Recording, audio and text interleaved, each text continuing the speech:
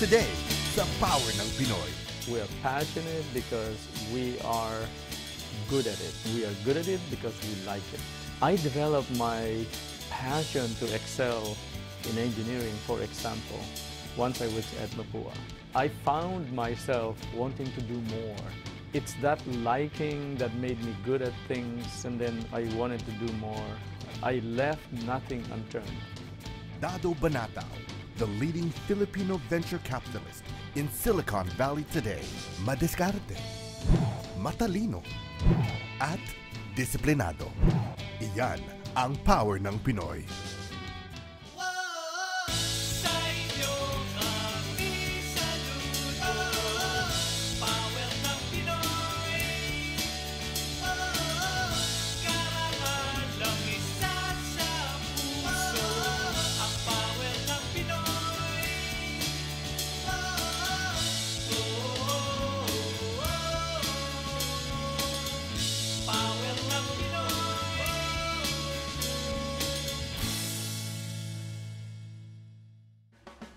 This is Silicon Valley, home to the world's largest technology corporations like Google, Yahoo, Apple Incorporated, eBay, and of course Facebook, one of the social marketing giants today. Good day everyone! Ako po si Anthony Rivero and welcome to Power ng Pinoy. Ang Power ng Pinoy ay success stories ng ating mga kababayan dito sa Amerika. Mga kwentong magbibigay inspirasyon sa ating pagsusumikap na makamit ang ating mga pangarap sa buhay. And no dream is impossible in the land of the free. Yan ang napatunayan ni Dado Banatao, Managing Partner ng Tollwood Venture Capital. Ang kanilang opisina ay nandito sa Silicon Valley. Silicon Valley is located in the northern part of Santa Clara Valley, south of San Francisco Bay, California. The name Silicon Valley was first used in 1971 after Ralph Verst, a Californian entrepreneur, suggested the term to Don Hoffler.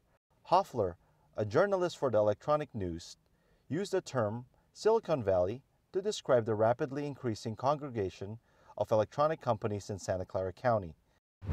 The valley refers to the Santa Clara Valley, and the word silicon refers to the raw materials used in the manufacturing of semiconductor and microchips. From an electronics industry today, most of the leading global companies are headquartered here in Silicon Valley. At kung nasaan ang job opportunities, naandun din ang mga Pinoy. Maraming mga Pilipino ang naghahanap buhay dito. Yakap ang pag-asang makamit ang kanilang American dream. And for one particular Filipino, higit pa sa kanyang ipinangarap, ang tinatamasa niyang tagumpay ngayon. Siya si Dado Banatao. He is a major Filipino player in Silicon Valley. But despite his prominence, he continues to remain low-key. An engineer, a pilot, a philanthropist, a venture capitalist. Yan si Diosdado Banatao. Si Dado ang arkitekto at nagdisenyo ng mga teknolohiyang matatagpuan sa loob ng iyong computer. Ang tawag dito ay PC chipset. I came up with the very first PC chipset for the industry, which enabled one of my early companies to become the fastest growing companies in Silicon Valley and maybe even the world. Pero bago naging big time si Dado, dumaan din ang kanyang kumpanya sa ilang mabibigat na pagsubok.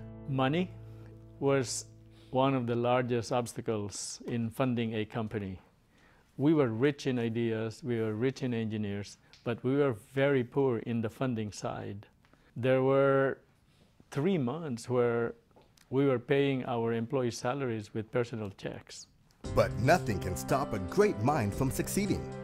So how was Dado able to come up and execute a grand design that made a huge impact in the industry of technology?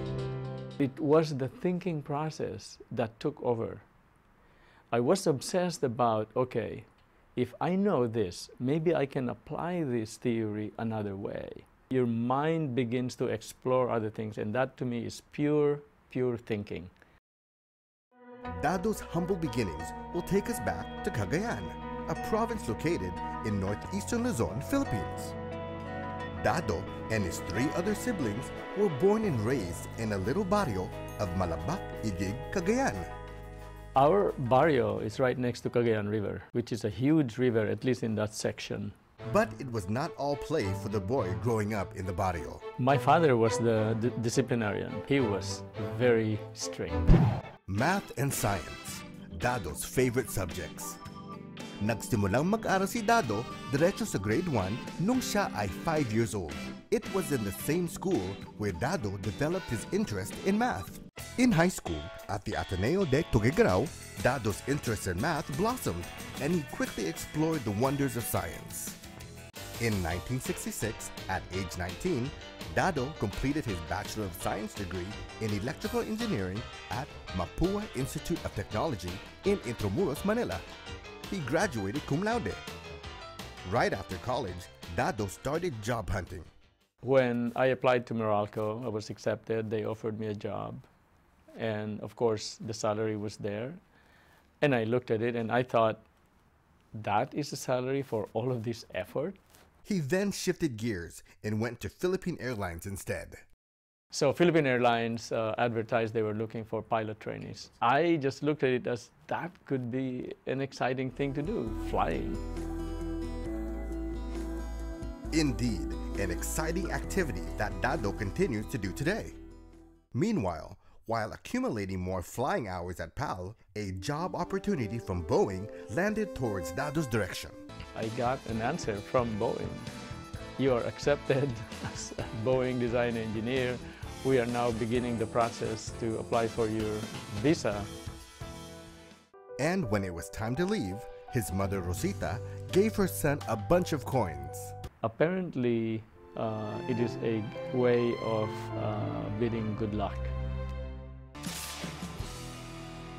He later on pursued further studies at Stanford University. Looking back, ayon na rin kay Dado, naging madali ang pag-aaral niya sa Stanford dahil na rin sa estilo ng pagtuturo ng mga Jesuits ng Ateneo de Tuguegarao. The Jesuits really know how to teach. Sa loob din ng dekada 60, nagkakilala sina Dado at Maria. Nagsimula bilang magkaibigan hanggang nagkaibigan. Well, with Dado, I kind of saw the potential in him. I mean, he was very focused. He wanted to also, like myself, he wanted to go to graduate school, and he did while he was working at Boeing. And I could see that he had a lot of ambition in life. And that really was probably the most attractive part of Dado. Si Dado at Maria ay ikinasal taong 1972 in a simple ceremony in Los Angeles, California.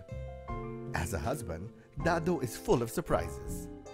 He's a very generous man, so I've had many nice surprises. I mean, it's not like every year, but like my 60th birthday, he surprised me with a very elegant gift from Tiffany's that was delivered by the general manager to the party and stuff. Married for almost 40 years now, it is Maria who keeps Dado and their 3 kids grounded, reminding them to live regular lives so they can appreciate life even more. Well known as a serial entrepreneur in the industry of technology, Dado created 3 companies before he finally founded Tallwood Venture Capital. His first startup company was Mostron, a company that was created to develop PC chipsets in the mid-80s. However, Mostron was a failure. I went back at it, learned the right lessons, and implemented the same idea. And that idea is still in the PC today. That idea is the PC chipset that was developed by startup company number 2, Chips and Technologies. Chips and Technologies, or C&T, was later acquired by Intel, and that's what made Dado a multi-millionaire. Meanwhile, following another huge success of, this time, startup company number 3, or simply called S3, Dado finally decided to become a venture capitalist. From an employee to a venture capitalist. Today, ang Tallwood Venture Capital ni Dado ang siya na ngayon nagpapalago ng iba pang mga kumpanya in the field of technology. Pangarap ni Dado na makitang umunlad ang bansa sa larangan ng teknolohiya. May ilang taon na rin ang lumipas, sina Dado at Maria ay nag-donate ng mga personal computer sa Malabak Elementary School. 4 years ago, sinimulan ni Dado at Maria ang ERDT, ang engineering research and development technology. Layunin ng programa na makapag-produce ng mga matitinik na Filipino engineers at scientists mula sa mga mahuhusay na universidad sa Pilipinas. Mahalagang proyekto ito sa mag-asawang Banataw. Sa katunayan, kaupo pa lamang ni Pangulong Noynoy Aquino ay personal na nagtungo si Dado para ipaalala sa Pangulo ang kahalagaan ng programang ERDT. Samantala, sa pamamagitan ng UP Fellowship Program, may pagkakataon na rin ang mga Filipino engineers na magpakadalubhasa sa University of California sa Berkeley. They take this fellowship, go to UC Berkeley, work with the top engineering minds in the world, and show them. And there they can learn how it is done, how you do world-class research, and take it back to the classroom and to the research projects they have. So Maria and I funded the Research Institute in UP. At dito sa Amerika, sa pamamagitan ng Asian Pacific Fund, ang mga Filipino-American students ay nabibigyan din ng pagkakataon para makapasok sa mga mahuhusay na engineering schools sa pamamagitan ng scholarship program. In here, we are underrepresented in science and engineering, we as Filipinos. And so we are also helping here. We have scholars on a yearly basis, 20 to 25. These are Filipino Americans going to the top engineering schools in the country, MIT, Stanford, Berkeley, Harvard. These are very bright Filipino Americans. I am so encouraged because when I see these kids, we have the ability to compete. And so we want to support them. Kadikit ng pangalan Dado Banataw ang iba't ibang uri ng parangal. Pero sa kabila nito, ang mas mahalaga kay Dado ay ang maging aktibo sa pagpapaunlad ng talino ng mga Pilipino. It's here. My humble beginnings cannot go away from here and here. My roots is what made me who I am. I am proud of being a Filipino because we have done good things in this world. As much as we had struggled as a country, a lot of us, a lot of the Filipinos who preceded us have done a lot of good things. I am proud of that. That's why I still care. Dado Banataw. Yan ang power ng Pinoy. And that's our show for today. Thank you for watching. Don't forget to be our friend on Facebook. Sana na-inspire kayo sa kwento ni Dado Banataw. Marami sa atin ang nangangarap na maging katulad niya. Good news is, we too can be successful like Dado. Always remember, success never comes easy. Plan ahead, pray hard, and work even harder. And if you do well, give back and help others do well too. Yan ang power ng Pinoy.